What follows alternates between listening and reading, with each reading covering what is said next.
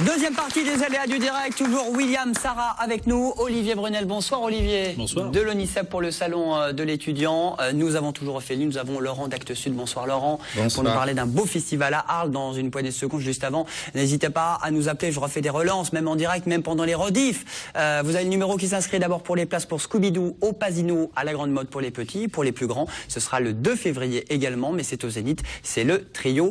On écoutera d'ailleurs l'un des acteurs et l'un des comédiens. Ce sera vendredi dans les aléas du direct.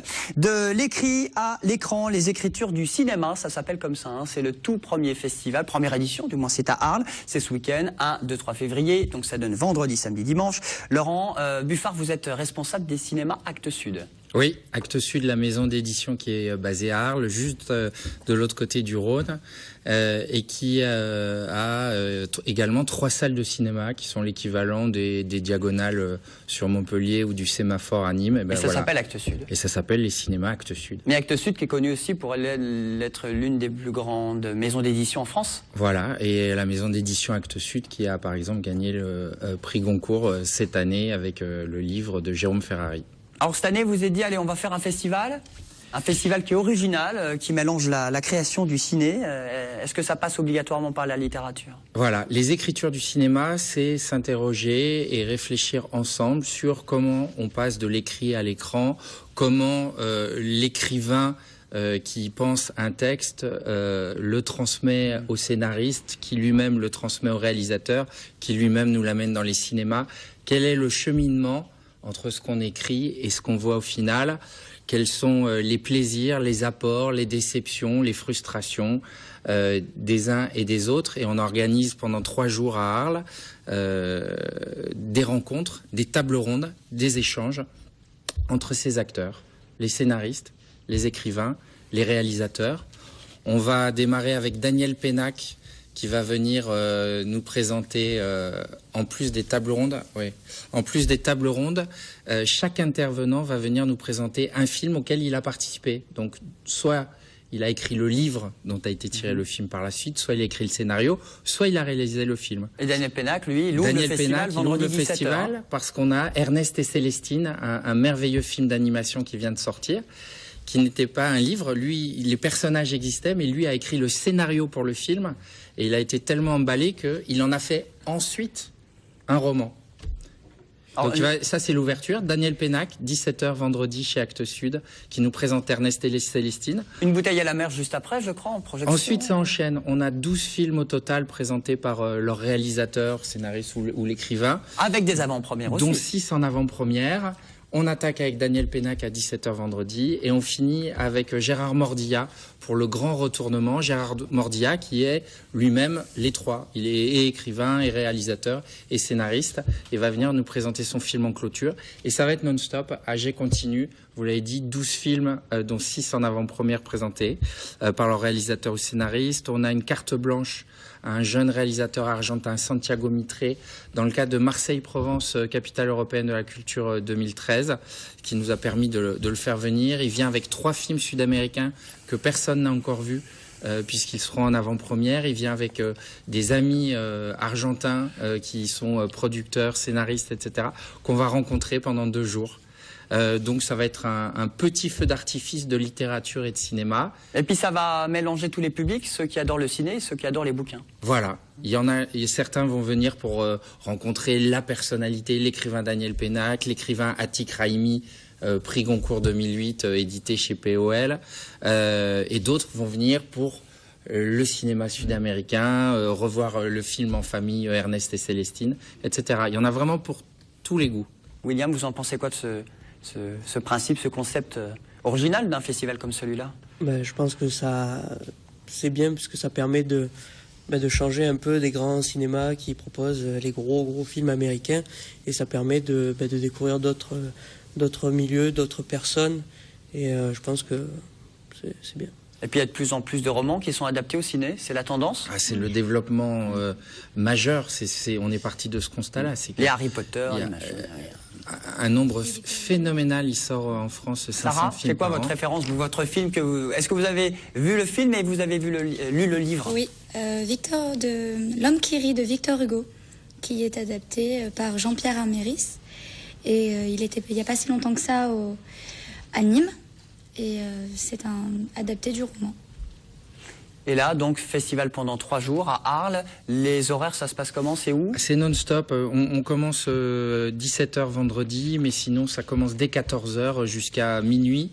Et comme tous les invités restent dormir à Arles et restent les 3 jours, pour les spectateurs qui viendront, il y aura évidemment le moyen de converser, dialoguer, puisque tout ça va se faire en famille chez Actes Sud. Ouais, c'est un moment d'échange. Les tables rondes sont ouvertes. Les tables rondes sont libres, ouais, tout à fait, sont sur entrée libre, dans la limite des places disponibles. On a un espace dédié, la chapelle du Méjean, qui est un espace magnifique et qui est attenant, qui fait également partie d'Actes Sud, qui communique avec les salles de cinéma. Et tout est enchaîné, cadencé, pour qu'on puisse voir la table ronde et le réalisateur participant à la table ronde ou le scénariste présente tout de suite après en salle le film, donc on peut le suivre si on l'a apprécié ou si on veut le découvrir. Un beau festival qui s'annonce au cœur de Arles. 1, 2, 3, vendredi, samedi, dimanche, les écritures du cinéma. Merci Laurent. Une petite précision, parce que le programme est dense, vous allez juste sur le site internet de la maison d'édition, Il s'inscrit à l'écran, on n'est pas bien là sud.fr. Voilà. Laurent, merci. Il y aura tout. Voici les titres, le Merci. rappel des titres.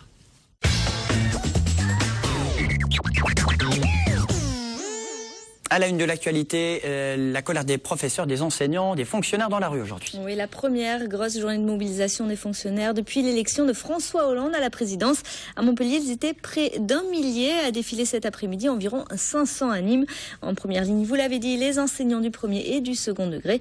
Ils refusent notamment le gel de leur salaire. Et puis un quinquagénaire handicapé qui aurait été maltraité par sa femme et son fils pendant plus de 2 ans. L'homme cloué sur son fauteuil roulant depuis un accident vasculaire cérébral en 2012 aurait été victime de coups et de brûlures de cigarettes. Et son épouse et son fils de 16 ans ont été interpellés et placés en garde à vue mardi par les gendarmes de la brigade de Clapier. On termine avec cette exposition au lycée Douoda de Nîmes qui est organisée actuellement, une exposition sur les Juifs de France durant la Shoah. Panneaux documentaires et témoignages sont proposés aux visiteurs jusqu'au 8 février prochain. Merci beaucoup Marlène, à tout à l'heure pour l'essentiel de l'actualité, les journaux 19h30 et 20h30. Les étudiants, les élèves de première, de terminale, de grands souvenirs, parce que vous aussi c'est l'orientation en ce moment. Oui, exact. Alors, quoi de prévu pour plus tard, quand vous serez plus grande? Comédienne? Infirmière? Non, Les deux. journaliste. Oh là là, journaliste, en plus c'est pas bouché comme métier. Bon, Olivier Brunel, il a peut-être la solution, ça va bien Olivier? Moi, ça va bien. Ouais. Responsable régional de l'ONICEP, qui est l'un des partenaires de ce salon de l'enseignement supérieur, ça s'appelle comme ça, salon de l'étudiant, c'est au quorum, c'est gratuit, ça commence aujourd'hui, c'est vendredi, samedi. Quels sont les secteurs, justement, on en parlait, qui recrutent? Est-ce qu'il faut faire en fonction du contexte actuel de crise un peu? Oh, il faut se dire que les études que l'on entame vont nous permettre de déboucher sur le marché du travail éventuellement dans 2, 3 ans, 4 ans. Et que la situation aura peut-être bien changé d'ici là. Donc si on fait tout en fonction de la situation d'aujourd'hui, on ne fait rien, on ne bouge plus.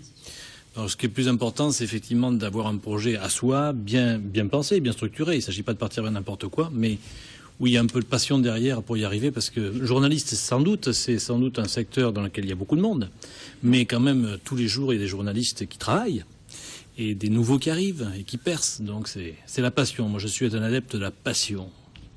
Bah, justement, ça recrute aussi les secteurs du ciné, peut-être, Laurent? En tout cas, j'en ai pas la moindre idée, mais sur la passion, mon intime conviction, c'est celle-ci. Hein.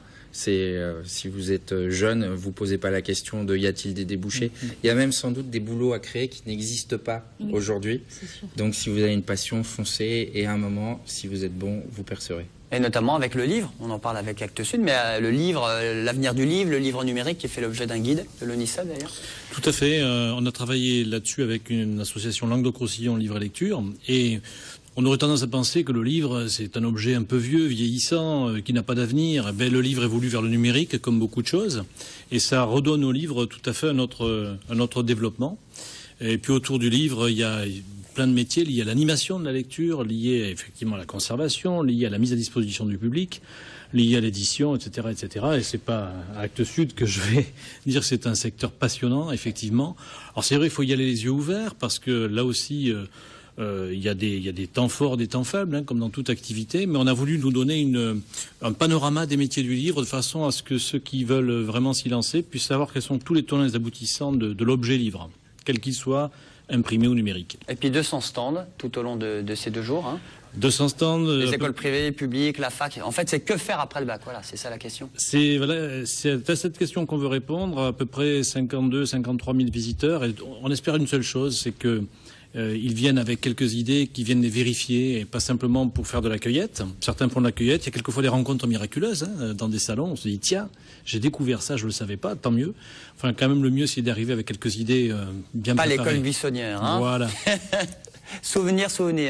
C'est gratuit, on le rappelle, de 9 à 18 heures. C'est gratuit. Il y a une trentaine de conférences, une dizaine par jour. Et puis surtout, les exposants n'attendent qu'une chose, c'est que vous alliez les embêter, quoi. Tout simplement, ils sont là pour ça. Olivier, merci beaucoup.